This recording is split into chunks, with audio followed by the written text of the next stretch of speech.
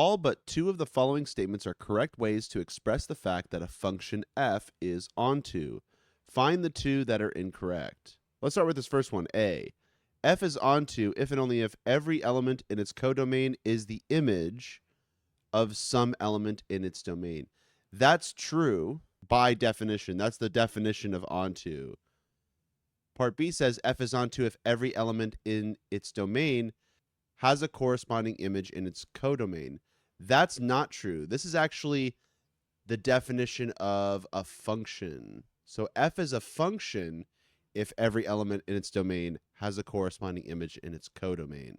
Notice how the definition of a function looks very similar to the definition of onto. That's the point of this question, is to understand the difference between part A and part B. Now, part C and part D are actually the same thing as part A and part B, respectively. In fact, part A is really the same thing as part C, and part B is really the same thing as part D, just written a different way. So C is correct, but D is false. And since only two of these are incorrect, that means this last one is true, but let's see why. F is onto means that the range of F is the same as the codomain of F.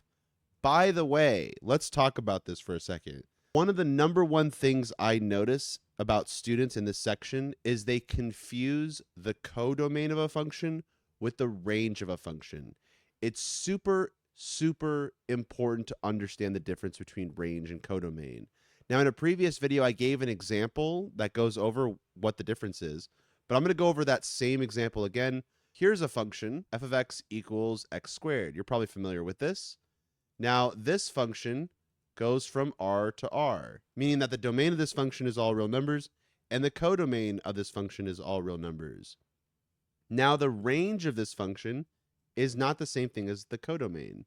The range of this function is from 0 to infinity. And you learn this in pre-calculus and calculus, and you'll see that the y values are always non-negative with this function. The outputs are from 0 to infinity. You never get negative outputs from this function because you're squaring a number, and you can't get a negative from squaring. Now, this is where we get into the difference between a codomain and a range, and this part's super important. If you noticed, I drew the entire y-axis here, and we typically always draw the y-axis. But technically, I don't need to draw this part of the y-axis. But I did. I think students should ask themselves, why do we draw this part of the y-axis when we don't even need it for this function? And that's exactly what the codomain is for. The codomain allows us to see where the possible outputs are.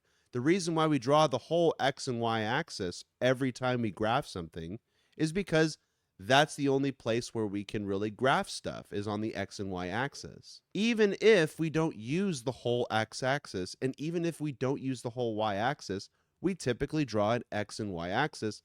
And that's the same thing as saying we typically think about functions from R to R, the real number line to the real number line. The first one being the x axis, the second one being the y axis. Now, in this class, we have to be very careful with the domain.